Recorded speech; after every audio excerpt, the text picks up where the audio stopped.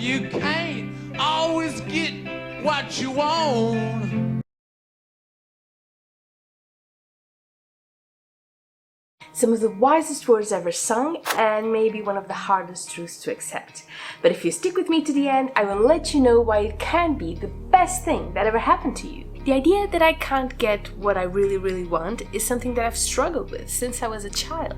And it doesn't mean I'm spoiled or entitled, it's just that I was taught that if I worked hard enough, I could get anything I wanted. And later on, as I became more spiritual and learned about manifestation, I still thought the same way. What is the point of working on yourself, and raising your vibration to attract the things you want if some things are still off limits? Jobs, relationships, once in a lifetime opportunities, financial struggles, deaths, the list just goes on and on. So how is it that not getting what you want can possibly be a good thing? Well, for starters, wanting and needing are two very different things.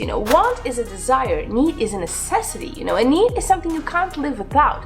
A want isn't essential for your survival. So if not getting what you want gets you what you need, how can that possibly be a bad thing? For example, if not getting that job you really wanted is what leads you to go back to school and take a certification or something that will then get you the job of your dreams, isn't it worth it? But at the time you didn't get that job, you were crushed and bitter, right? I mean, if your partner breaks up with you all of a sudden, you're desperate and upset, and a part of you can't imagine living without them. But then, after it happens and a little time goes by, even though it really sucks for a while, you realize how that relationship was holding you back, how it wasn't meeting your needs, and you're just burying those needs in order to convince yourself that it was the right relationship for you. Also, not getting what you want makes you stronger. It teaches you to persevere and keep going no matter the outcome. Think about it. If you got everything you wanted on a platter, how would you grow? How would you evolve as a person? You would just continue doing the exact same things because they were working, right? It's the setbacks, the frustrations, the failures that allow us to grow, as long as we're able to see the lesson in them.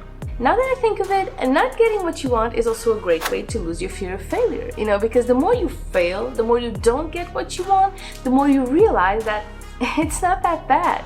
Life goes on, the world keeps spinning, and people around you just don't care about it that much. But before it even happened, your brain kept feeding you these awful, terrifying theories of how not getting whatever it is you wanted would be the worst possible thing to happen to you.